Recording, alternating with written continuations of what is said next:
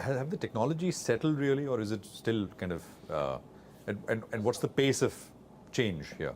Extremely fast pace of change. It is not settled. In fact, every technology goes through in their life cycle sort of an S-curve kind of a principle. So when we're talking about technologies, we're talking about AI technology. Yes. AI technology. Yeah. Within AI, Gen AI, whatever you want to call it. Okay. So we have, I think, taken a long time to get to it. Now it is rapidly. We are sort of the rapid rise part of the S-curve right now, where the technology is improving incredibly fast. If in fact a new LLM or a purposive LLM or industry-specific LLM or even activity-specific LLM is actually getting introduced every 2 weeks, every week.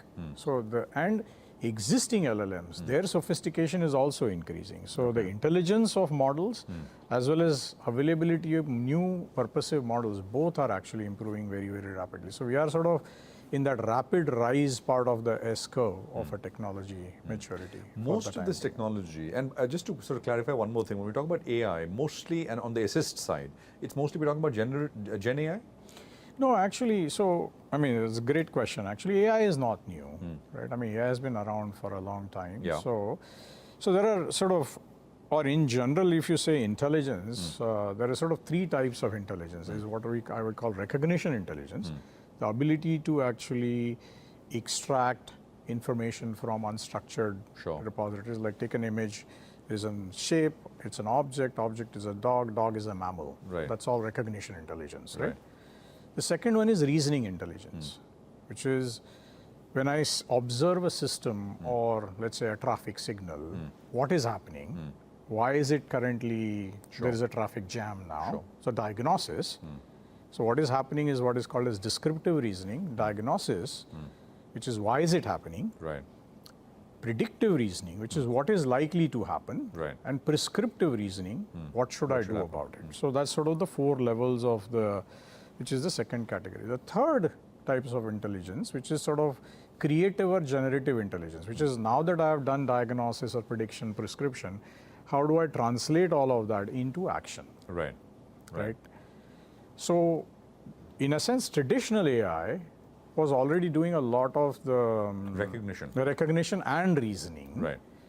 Now we have added to it the generative or the creative capability, so that it has now become almost like a closed loop intelligence system. Right.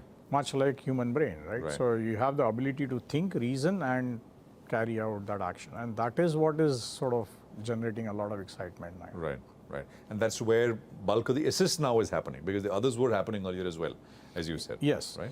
Well, yeah, correct. I mean, so assist is happening because now I have the ability to actually generate. Correct.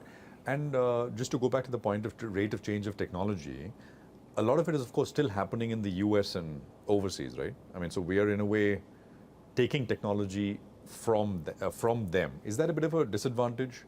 I mean, sitting here, how does that happen? Because you're in a way we're dependent on a lot of the sort of new innovation which is going on. Yeah, so actually, I mean, in a sense, you can argue that, I mean, so if you think about the future enterprise sort of architecture, right? So there is this sort of the base core infrastructure, if you will, right? The core infrastructure is your compute, storage, network, all of that, so chips and the systems and so on. Above that is sort of the entire data management and the so-called foundational models that are actually being built many places in the world now, and then lots and lots of open source models also. I believe that that's going to become the core infrastructure of the future. Right. A lot of the value will get generated above that infrastructure. Right. So I often call them the foundational models. You can think of them as world-wise.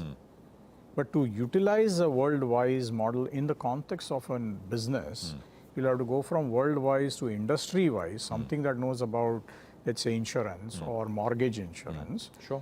To a very specific, so industry-wise to enterprise-wise, because the way I do what I do is slightly different than others. Right. And that's how I differentiate myself in the market. Right.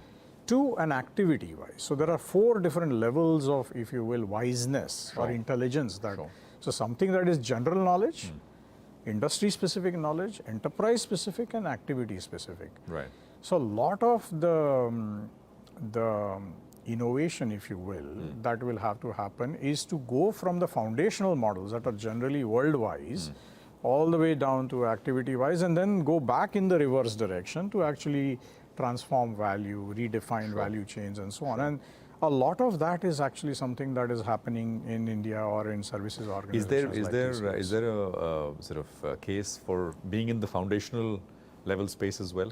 I mean, there are examples where we can do that, but in particular Indian languages. This is actually a good example where one, because of the corpora or the corpus is where. So if you think about Indic languages and so on, that is where there is, I mean, what has been, other foundational models have been used, trained on more English and so on. So there is a case for it, but there is a lot, the scale of value will come above the base infrastructure. So it's not you're not at a disadvantage in that sense, and the rate of change of technology, etc.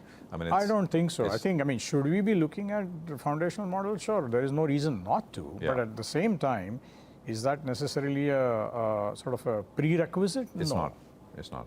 Now, another thing which I think we should talk about is AI and these technologies deflationary in nature?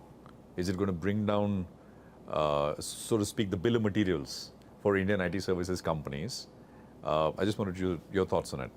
No, I don't think so, because I think there is every organization, let's say every customer that TCS services, they have more work to do than they have resources today. Okay. So it's not that there is a finite amount of work and we have reached that threshold. I mean, you go talk to almost any organization, they will have a long list of things that they would like to do that they are not able to do today because of lack of capacity or lack of funds available. So because this technology is going to enable people to do a lot more of that work will start actually getting done. And that is where it is likely to shift. So I don't think that it is going to be deflationary. It will actually allow people to do more. So yeah, but volume of work is going to expand, as you say. Yes, there's a long list of things people like to do. But I mean, the cost of doing it per se comes down. So you actually end up doing a lot more volume with a lot less. So in that sense, especially for not just TCS, but otherwise for, I mean, as this becomes more and more mainstream and we go to that third level that you spoke about, is it going to have an impact on margins at which IT services companies operate at? I don't think so. In fact, I believe that it is an opportunity for us to actually rethink the value that as a services organization we are delivering to customers, right? So today, primary value dimension is efficiency, where you essentially say that we can do this amount of work much more efficiently than you can do. Right? Tomorrow, I believe that with this technology's infusion, if I can actually build a system where machines are augmenting people and people are augmenting machines, this sort of hybrid workforce, and we are able to do more with the same, not just more with the same, but more importantly, very high quality output by design, then the mindset will shift from industrialization of work to much more productization of work, where I can commit to the quality of output I will deliver and the time within which I will deliver that quality of output by design. Then the pricing models, etc., will start shifting more towards the value-based pricing as opposed to sort of ingredient-based pricing and so on and so forth. So that is where I believe the industry will evolve.